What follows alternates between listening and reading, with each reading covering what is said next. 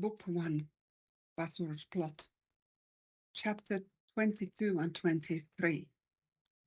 Chapter 22, New Friends. I saw an elf bringing Jack back towards the fire as well. We had been separated during our uncursing tasks. I felt so drained and tired. I sat by the fire and took the food I was offered and started to eat. I felt more than saw Jack sitting by me. He asked, Sarah, do you have anything in the pouch to help with this feeling of being totally drained? I looked at him and tried to focus and said, let me ask from the pouch. I took it from my pocket and the pouch did not give me anything. Seafarer was sitting in his boat facing us and said, both. Drink from the medicine you give to the awakening ones. Just a little bit. That will help you. I started to protest. I have so little left. Seafarer saw that and said, and in an orderly voice, take it. There is no use for you two if you are not having energy at all. I need to explain a few things anyway after you gain focus. I took my bottle from my pocket and it only had few drops. I tipped it and took them. I saw Jack do the same. I asked Jack, do you have anything? Do you have any left? I'm out. I heard the answer. No, just these couple drops. That was depressing. Instantly, I felt the medicines kick in. Like it was like I just had a good night's sleep and woken up all rested. Wow, this is some medicine, I explained. I felt my strength coming back and felt my thoughts getting clearer too. I finished my food portion and looked at Tara if I could have some more food. Tara laughed. You want some more? I nodded and dug into another portion. I guess Jack was feeling the same since I saw him reaching out to Tara for the second. Seafarer was sitting in his boat opposite to me. I realized he did not look so well. I raised my eyebrow and asked, are you all right, Seafarer? You don't look so good. That is what I wanted partially to talk to you about both, he said and continued. I was too long in the land and now I'm feeling poorly. You too need to watch your energy. You both did too long as I did myself as well, and this is a cost. So we need to make a plan that how you pace yourself so that you don't drain yourself. You will learn every day how to ensure you are not getting too drained. But in the beginning, it's harder to realize when you are doing too much, especially in a rescue mission like this, where you want to do one more, even you are already tired. I swallowed and said, we don't have any more medicine and we cannot continue for the moment. Seafarer replied, there will be more. You two need to understand your own body's limitations and how long you can work so that you will not get drained. I looked at Chap. Maybe we still stick together and split tasks so it's easier and we can watch each other while we do this. Jack looked at me and said, I prefer that. I felt quite alone there. I swallowed the last bit of my food and drank something of the same nectar that was in the moon celebration. It tasted the best and most refreshing nectar ever. Tara nodded and said, that's the fairy's nectar. It's good, huh? I smiled. I felt so good, full and overeaten, but good. I realized suddenly that there were quite many creatures by the fire. Did we awake all of these? And who are these? I asked Tara. I wondered if I had slept through something, since there were quite a lot of folks of different shapes and sizes around us. I heard Jack take a sharp breath by me, so I guess he also noticed them now. It was like being in the most imaginary fantasy movie. All of them were looking at us. I felt like they were just curious about us, nothing malicious. Tara spoke to the creatures. Yes, these are Sarah and Jack. They are helping to uncurse Bazur's doing. And as you can see, we already have quite many awake ones here. Underground elves, queens were already taken to their home by Dora and Garnok. She continued, looking at Jack and I. Here, the ones in the front are awakened ones you help. The rest of the creatures are living not far from here and came to help after we asked to get help to tend the awakened ones. Looks like they need a little bit time to rest and heal before they feel normal again. I felt so grateful. There were at least 24 creatures sitting by the fire. I saw that free man and was at the far end holding hands what looked like a woman. I said to Jack, "You found 3 women then too?" He nodded. Yes, she was a stick or log or some sort, just on the beach by the tree. I almost missed her. But when I was moving to the next object, I felt bizarre stepping over the stick, and I had to try to check it. And it was her. It was a huge, humbling experience to sit there and see all of them looking at us. I said a low voice, "Hi, how are all you feeling?" They continued to look at us, moving, eyes between Jack and I. An older elf-looking creature stepped from behind the awakened creatures. She was very small, wearing a lovely dress and apron. "Thank you, miss, for helping. We did not know if we could trust you since you are humans too, but now we do. Thank you." She was holding her hand to me. Her hand was maybe a fourth of the size of mine. I shook her hand. "Of course, we are here to help. Do you shake hands as well here?" I asked curiously. She had moved on to shake Jack's hand and said, "No, we have seen humans to do that on Earth." I laughed. "Yes, that's true. Feel free to just be yourselves. It is okay for me and Jack." Many creatures came closer to shake our hands or just look at us closer. It felt a little funny, but not at all offensive in any way. There were a lot of smiles, handshakes, touching, and talking at the same time. I felt like we, Jack and I, gained a lot of new friends. After a while, they went to sit down and continue eating once their curiosity was filled. I looked at Seafarer. How on earth we are going to scan all of the Myria and find everyone like this? This is going to take so long. I felt overwhelmed. Seafarer looked at me and said slowly, "Yes, it is a daunting task for sure.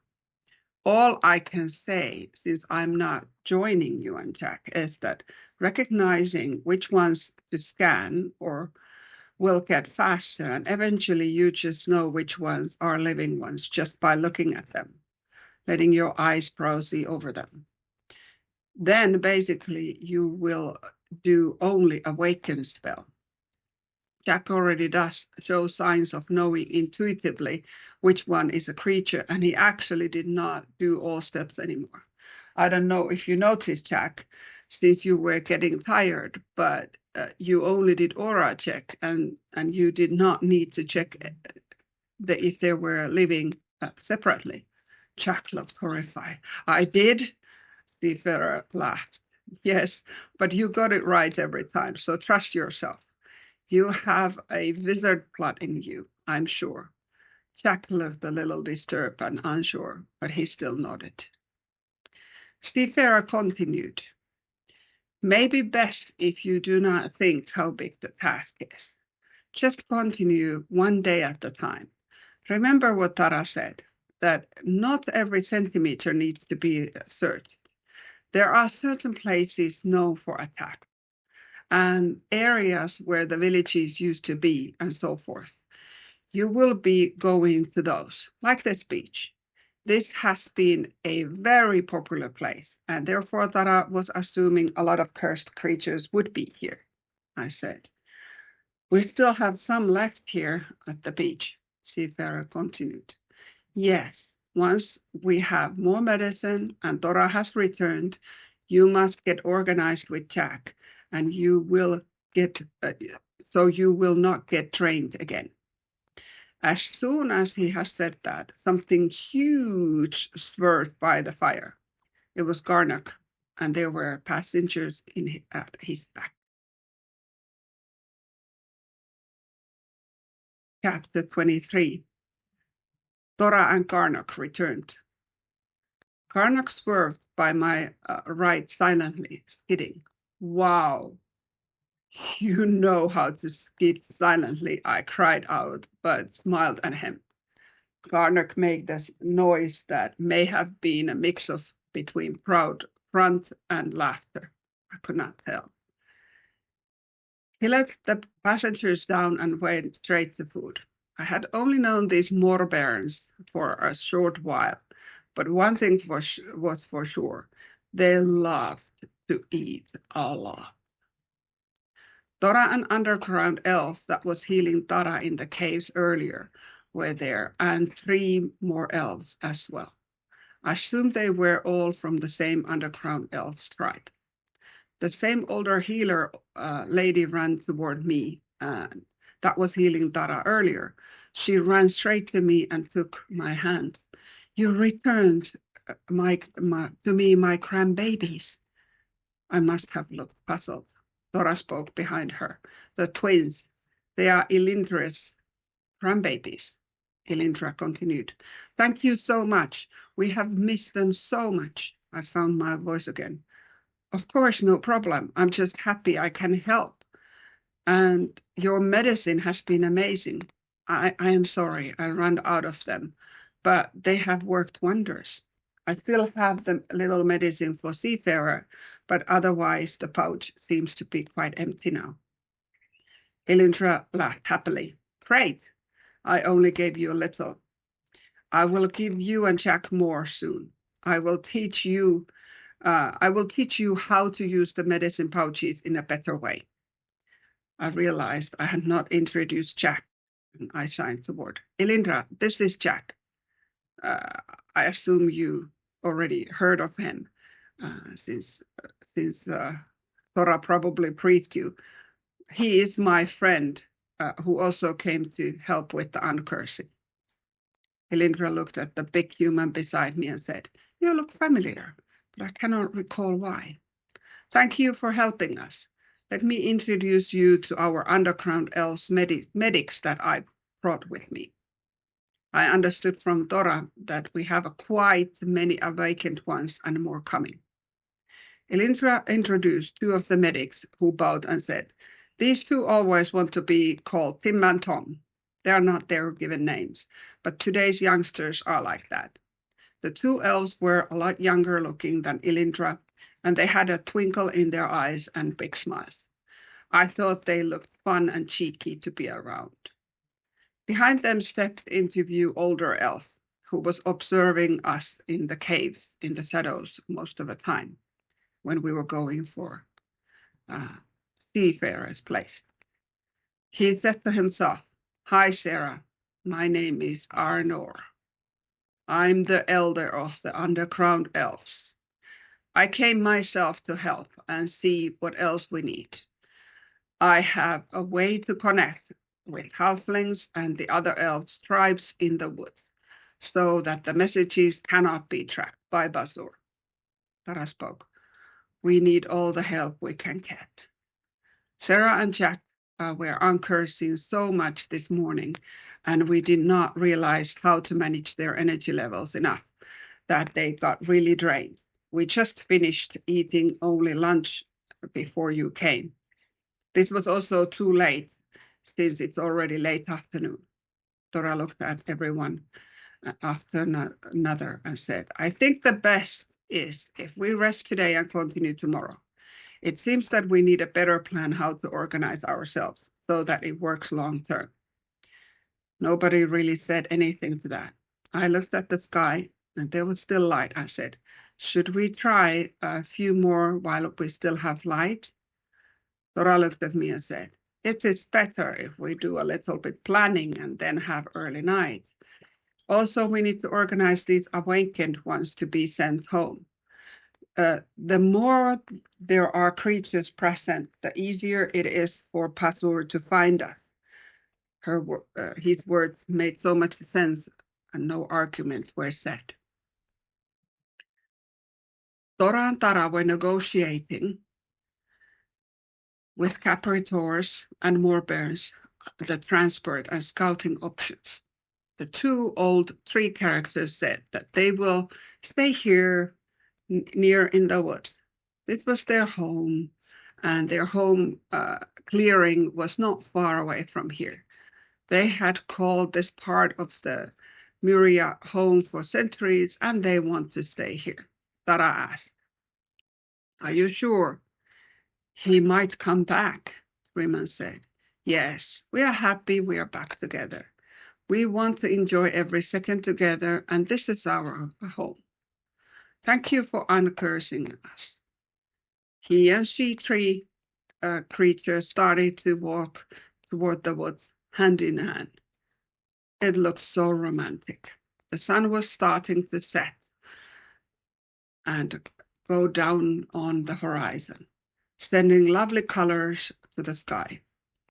It was beautiful.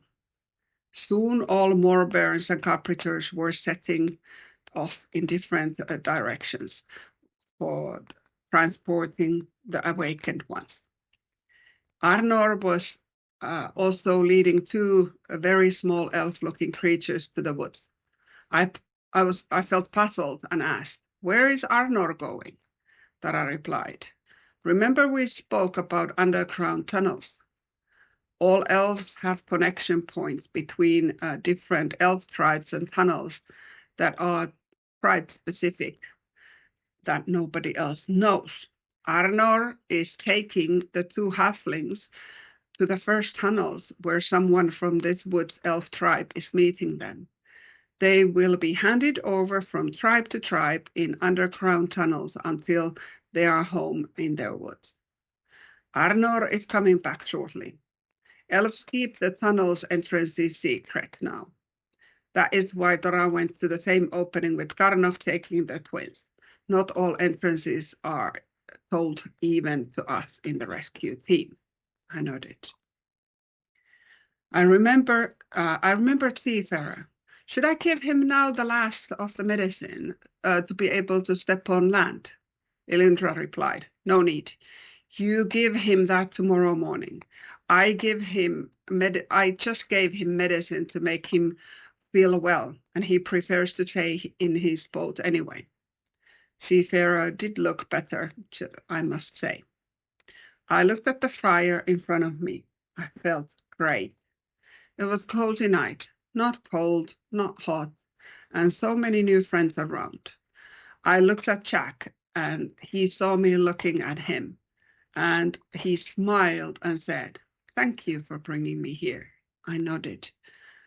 There was just nothing else to say in this perfect moment. I felt slightly dizzy from this morning's uncursing. I need to understand how to keep my energy levels good so I will not become nuisance for others. Also, I need to remember that I am a human and I need food. I had noticed that most of the Myria creatures did eat, but it seemed they ate whenever and they did not need this human-type scheduled eating. I looked at all kinds of creatures around me. Capricorns had come closer and they were eating something, but not too close to fire. I saw Tico there too and thought of the small dog. She was on Earthly side. Such an important creature to me on Earth too. And so loved. I saw Morbear stretching on the beach close by and enjoying warm sun. They looked like they made nice beds out of sand for them. I saw Seafarer in his boat in slow waves, looking much healthier and happier now after eating large fish.